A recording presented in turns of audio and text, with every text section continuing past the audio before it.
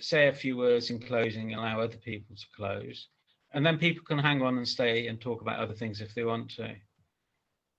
So I'm really pleased with what we've done today, and I seem to have hit a few nails on the head, if that's the right word. And the things that I've missed, we've got some gaps filled. So I think, I'm hoping that what we've got here will turn out to be useful for other people. And we'll see what happens with it in the coming weeks. The video will go up in a week or two. And perhaps we could produce some joint transcript or something out of it. So that's my closing comments. If anybody else has got a message for the audience, please go ahead, and then we'll stop the recording. Yeah, I'd just like to comment that I found this year's TUG conference online very interesting. And there was, as Jonathan mentioned, there were several talks on accessibility. And I think it's clear that people are getting more aware of the problem. And I was also impressed by the quality of the text-to-speech samples that were shown by one or more speakers. It's clearly something we have to deal with. And I did some follow-up after the conference and looking into the US federal regulations about accessibility. And they're really extremely detailed, and I think close to impossible for people with limited resources to fulfill, but nevertheless, they do indicate a direction we have to move in. So I think we just need to keep our ears and eyes open about developments in this area, and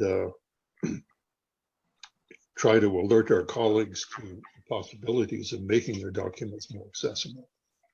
And for example, at my university, our faculty are required to put their syllabi online the week before classes start. And I would guess that most of those in science and engineering are doing it as tech documents deposited as a PDF.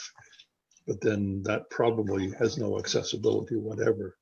And I have not yet heard any of my colleagues even mention the word accessibility. But we've heard in previous Tech Hour meetings that there are universities in Britain and elsewhere who are starting to think seriously about the problem.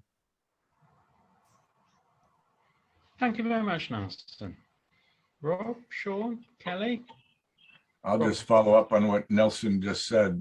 A lot of the initial interest in pretext for accessibility is the requirement that a syllabus be accessible.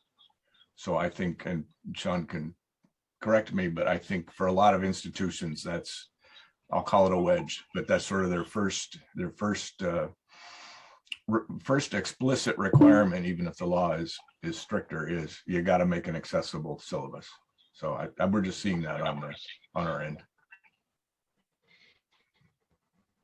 Well, as technology gets more robust and drags us into the future, we don't want to leave anybody behind. So we have to give everybody a chance to benefit from all these fantastic inventions and innovations. Everybody has a right to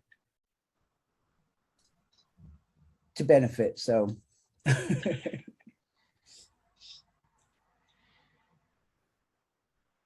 that's all I've got. So it's goodbye from all of us.